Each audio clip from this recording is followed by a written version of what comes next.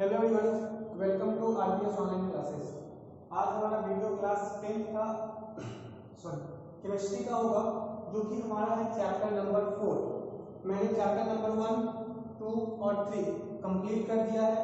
जिन्हें भी इन चैप्टर्स के बारे में पढ़ना है वो चैनल के क्या कहते हैं प्लेलिस्ट में जाकर के चेक कर सकते हैं, वहां से उन चैप्टर्स को पढ़ सकते हैं।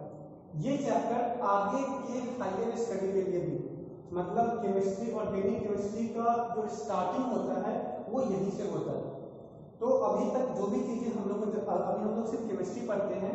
केमिस्ट्री में जनरली 3 ब्रांचेज होते हैं 12th तक: फिजिकल, इनऑर्गेनिक, ऑर्गेनिक। फिजिकल में आपका कैलकुलेशन वाला पार्ट आता है, इनऑर्गेनिक में आपका इनऑर्गेनिक वाला पार्ट आता है, और ऑर्गेनिक में हमारा कार्बन और उसके डेरिवेटिव्स का बात हम लोग करते हैं।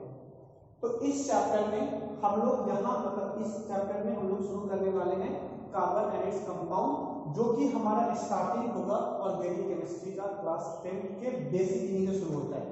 तो अगर आपको ये चीजें समझ में नहीं आई तो फिर आगे ऑर्गेनिक केमिस्ट्री में आपको बहुत दिक्कत होगी, और ऑर्गेनिक केमिस्ट्री 12th में बहुत अच्छे नंबर का पूछा जाता है।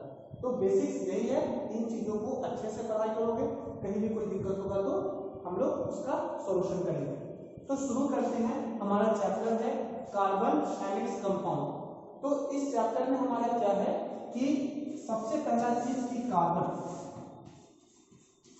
क्या है? कार्बन एक नॉन मेटल है, ठीक है, इसमें कहीं से कोई दिक्कत नहीं है। कार्बन की इलेक्ट्रॉनिक कॉन्फ़िगरेशन क्या होती है? कार्बन की इलेक्ट्रॉनिक कॉन्फ़िगरेशन 2,4 होती है। सबसे पहली चीज कि हम इतने सारे हमारे पास एलिमेंट है, उसमें से सिर्फ हम कार्बन को ही हम क्यों लेते हैं, कि इसे हम लोग एक अलग ब्रांच ऑफ केमिस्ट्री में क्यों ऐड करते हैं? इसके पीछे का रीजन है इसकी प्रॉपर्टी। कार्बन के पास वो प्रॉपर्टी है जिसके कारण कि कार्बन इतना ज्यादा कंपाउंड फॉर्म कर पाता है, और नेचर में इतना ज्यादा कंपाउंड कार्बन के एग्जिस्ट करते हैं। और वो जो इसके दो जो प्रॉपर्टीज हैं, उसमें सबसे पहला आता है टेट्रावैलेंसी।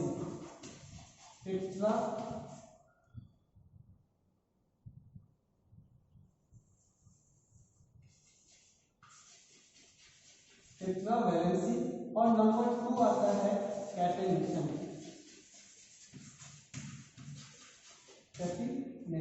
ठीक है, ये दो प्रॉपर्टी के कारण carbon forming so many compound of carbon is exist in nature. तो अब हम लोग यहाँ पे डिस्कस करेंगे कि कार्बन के प्रॉपर्टी के मतलब कार्बन के इलेक्ट्रॉनिक कॉन्फ़िगरेशन के बारे में। जो मैंने यहाँ पे लिखा है आपका कार्बन की इलेक्ट्रॉनिक कॉन्फ़िगरेशन क्या है? 2 और 4। तो क्या होता है, इसके आउटर मोस्ट मतलब इसके वैलेंस शेल में कितने इलेक्ट्रॉन है? 4 इलेक्ट्रॉन। तो ये जो 4 इलेक्ट्रॉन है, ये 4 इलेक्ट्रॉन क्या करता है? दूसरे एटम के साथ क्या कर लेता है? शेयरिंग कर लेता है। और ये शेयरिंग करने के कारण ये 4 इसके वैलेंस इलेक्ट्रॉन होने के कारण they form large number of compounds. और याद रखिएगा, कार्बन का जो भी कंपाउंड होता है they are covalent in nature. किस नेचर का होता है? कोवैलेंट नेचर का होता है। ठीक है, इस चैप्टर में जो चीज हमें पढ़नी है उसके बारे में यहाँ पे लिखा हुआ है। इसमें से बहुत सारे पोर्शंस को डिलीट कर दिया गया है, तो मैं सिर्फ उन्हीं टॉपिक्स को लिखा हूँ जो आपके board of point of view से इंपॉर्टेंट है। इंट्रोडक्शन, कार्बन का इंट्रोडक्शन। अपरेंस, कार्बन किस किस फॉर्म में एग्जिस्ट करता है। एलोट्रॉप्स, आइसोटॉप्स पढ़ाता है, आइसोमर्स पढ़ाता है, एलोट्रॉप्स पढ़ेंगे। यहाँ पे एलोट्रॉप्स क्या होता है और देखेंगे कार्बन के बहुत सारे एलोट्रॉप्स होते हैं। एलोट्रॉप्स कहने का मतलब कि जो अलग अलग फिजिकल फॉर्म में एग्जिस्ट करता है। ठीक है, ऑर्गेनिक कंपाउंड की यहाँ से कार्बन की ये जो 3 प्रॉपर्टियां हैं, इसके कारण कार्बन ऑर्गेनिक कंपाउंड फॉर्म करता है। और ऑर्गेनिक कंपाउंड का हम लोग यहाँ से स्टार्टिंग करेंगे, जिसमें सबसे पहला टॉपिक है हाइड्रोकार्बन। हाइड्रोकार्बन क्या होता है? नोमेनक्लेचर। इस हाइड्रोकार्बन का हम नोमेनक्लेचर पढ़ेंगे। साइक्लिक हाइड्रोकार्बन देखेंगे, एक पढ़ेंगे एसाइक्लिक मतलब जो लॉन्ग चेन होगा, एक पढ़ेंगे साइक्लिक जो क्या होगा? क्लोज्ड होगा। आइसोमर्स होता है जिसकी आपका क्या होता है कि मॉलिक्यूलर फार्मूला तो सेम होता है, पर उसकी स्ट्रक्चर क्या होती है? अलग अलग होती है, उसे हम कहते हैं आइसोमर्स। और आइसोमर्स भी बहुत तरीके का होता है, आपको सिर्फ यहाँ पे स्ट्रक्चरल आइसोमर पढ़ना है, जिसका सिर्फ स्ट्रक्चर अलग अलग है। होमोलोगस सीरीज होता है जहाँ पे कि मतलब एक अगर मेंबर दिया हुआ है हाइड्रोकार्बन का, तो बाकी मेंबर्स आपको लिखना है। जैसे कि आप लोग सीरीज नंबर पढ़ते थे 1 3, तो फिर क्या होगा 5, फिर क्या होगा 7 1 2 3। तो इस तरीके से यहाँ पर कुछ इसके फॉर्मूले से इसके रूल्स हैं, उसको उन रूल्स को हम लोग पढ़ेंगे। और लास्ट है फंक्शनल ग्रुप, कि फंक्शनल ग्रुप क्या होता है, कौन कौन से फंक्शनल ग्रुप होते हैं। बस इसमें आपका नोमेनक्लेचर नहीं पढ़ना, और आगे जो भी रिएक्शंस है इसके, वो सारे रिएक्शंस आपको नहीं पढ़ने हैं। तो यही चीजें आपको इस चैप्टर में ध्यान रखना है। उसके बाद आपको इन चीजों को हम लोग शुरू करते हैं इसका इंट्रोडक्शन से। तो मैंने कहा कि कार्बन एक क्या कहते हैं ग्रुप नंबर 14 और पीरियड नंबर 2 का एलिमेंट है, जिसमें कि आपका इसके पास 4 आउटर मोस्ट शेल में इलेक्ट्रॉन होते हैं। इस 4 आउटर मोस्ट शेल इलेक्ट्रॉन होने के कारण they form large number of compound, और इनके ये अलग मतलब ये जो कार्बन है ये अलग और 4 एटम के साथ कंबाइन कर सकता है, और कार्बन जो भी कंपाउंड फॉर्म करेगा they are covalent in nature. ठीक है, उसके बाद दूसरा आता है इसका टेट्रावैलेंसी, मतलब 4 वैलेंसी। ठीक है ना।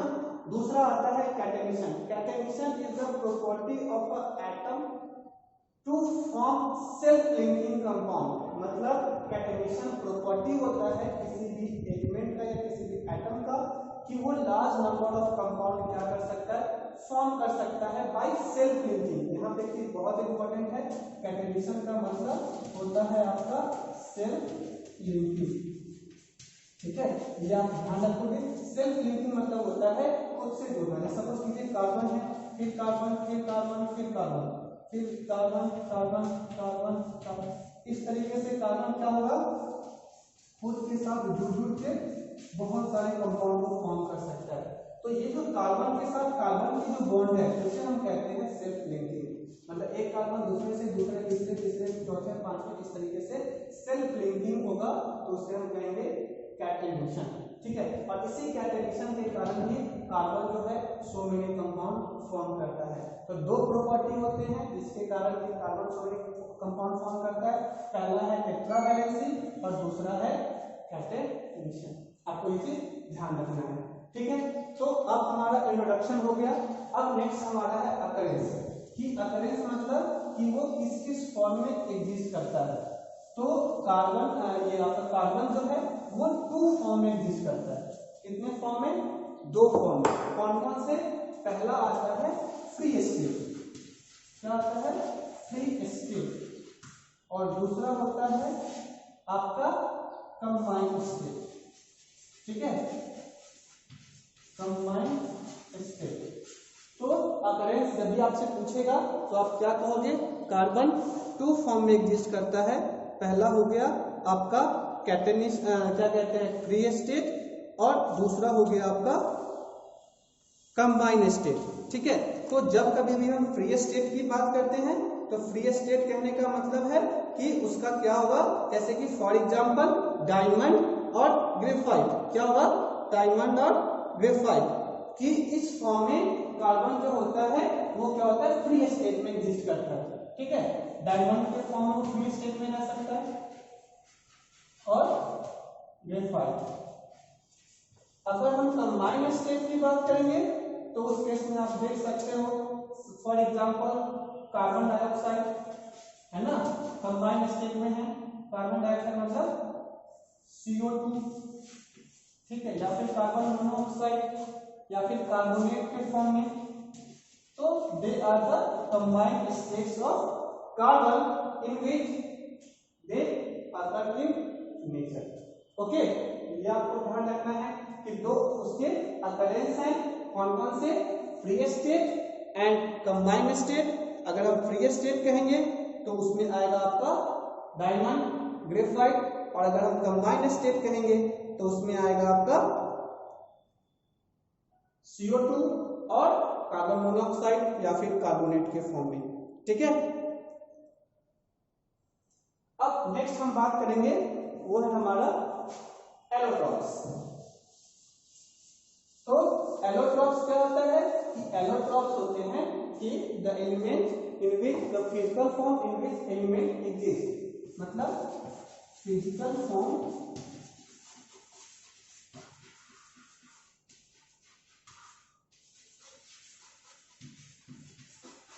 क्या होगा, physical form in which an element can exist, ठीक है, in which an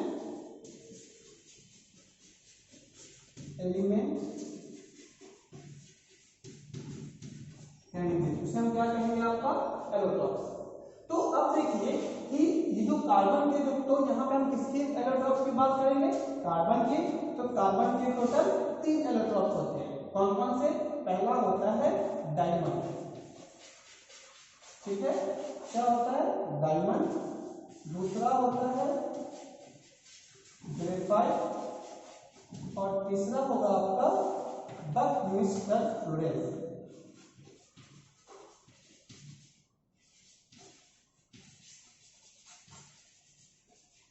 ठीक है, बकमिस्टर फ्लोरेंस। तो अब हम एक एक करके हमें क्या करना है, तीनों को एक एक करके क्या करना है, स्टडी करना है।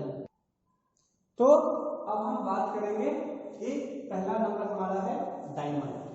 डायमंड क्या होता है, diamond is A transparent colourless substance. क्या होता है, डायमंड जो हमारा है वो क्या है, ट्रांसपेरेंट होता है और क्या होता है, कलरलेस होता है, पर इसके पास इनॉर्मस शाइनिंग प्रॉपर्टी होता है, ना लक्सरस, मतलब बहुत क्या होता है, चमकीला होता है ना। इसी कारण से डायमंड जो है वो क्या होता है, बहुत ही ज्यादा कॉस्टली होता है। उसके बाद जो आपका डायमंड है वो क्या होता है, तो पहला पॉइंट हम डायमंड के बारे में क्या लिखेंगे कि इट इज ट्रांसपेरेंट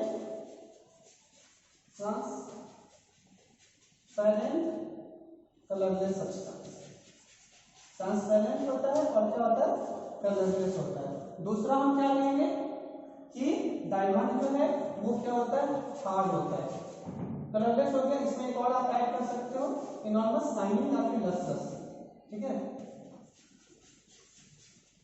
शाइनिंग कर सकते हो, ठीक है। तो transparent colourless hard lustrous shining. इसके बाद चौथा क्या कह सकते हो कि कार्बन को अगर आप मतलब डायमंड को, सॉरी अब यहाँ पे क्या बात कर रहे हैं, डायमंड, तो डायमंड को अगर आप बर्न करते हो ऑक्सीजन के साथ तो आपको सिर्फ और सिर्फ कार्बन डाइऑक्साइड मिलता है, कोई और चीज नहीं मिलता। इसका मतलब कि diamond is made up of only one type of atom, that is carbon, nothing else. तो याद रखिएगा कि अगर डायमंड मतलब क्वेश्चन पूछेगा कि how do you distinguish the chemical, how do you test chemically the diamond is a pure substance, तो कहोगे कि जब हम ऑक्सीजन के साथ उसे बर्न करते हैं तो हमें कुछ भी और क्या कहते हैं, सब्सटेंस लेफ्ट बिहाइंड नहीं मिलता, ठीक है। तो ये हमारा हो गया CO2। उसी तरीके से अगर हम ग्रेफाइट की बात करेंगे तो अब इसमें हम तो 4 पॉइंट आपको क्या करने हैं, याद रखने हैं। अब डायमंड जो होता है दे do not conduct electricity, why, ठीक है। तो अगर ये क्वेश्चन पूछता है कि diamond do not conduct electricity, why, तो आप कहोगे because diamond, the structure of diamond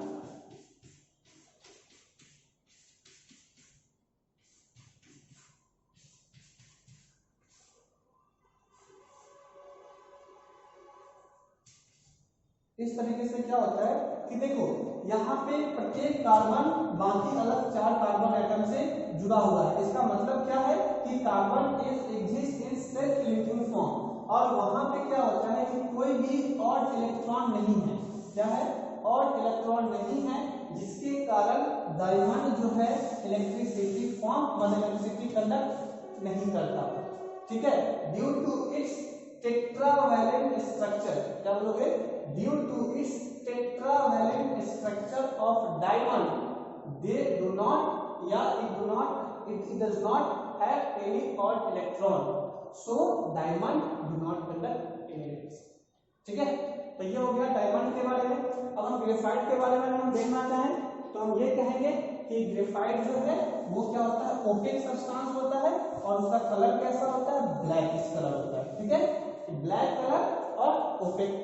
उसके बाद हम क्या कहेंगे कि जो हमारा ग्रेफाइट होता है वो क्या होता है, सॉफ्ट होता है, क्या होता है, सॉफ्ट होता है। और ग्रेफाइट को अगर आप बर्न करते हो तो वहां भी आपको सिर्फ और सिर्फ CO2 मिलता है और कुछ भी लेफ्ट बिहाइंड नहीं रहता।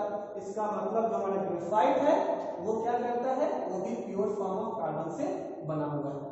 ठीक है, तो ये चीजें आपको ध्यान रखनी है एलोट्रॉप्स में कार्बन का और ग्रेफाइट। अगर हम स्ट्रक्चर की बात करें तो वहां मैंने कहा था टेट्राहेड्रल स्ट्रक्चर, यहां पे कहेंगे हेक्सागोनल स्ट्रक्चर। हेक्सागोनल स्ट्रक्चर क्या होता है, इस तरीके से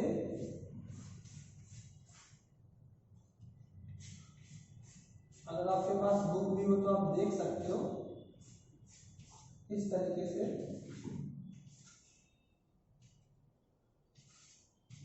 इसमें क्या होता है कि प्रत्येक कार्बन सिर्फ तीन क्या होता है, डिफरेंट से जुड़ा होता है। एक इसका क्या होता है, वैकेंट होता है, और due to this one electron vacancy graphite conduct electricity. तो क्या बोलोगे, वहां पे टेट्राहेड्रल स्ट्रक्चर होता है, मतलब चारों के चारों जो कार्बन के आउटर मोस्ट इलेक्ट्रॉन है वो ऑक्युपाइड होते हैं, कोई भी और इलेक्ट्रॉन नहीं होता, इसके कारण डायमंड इलेक्ट्रिसिटी कंडक्ट नहीं करता।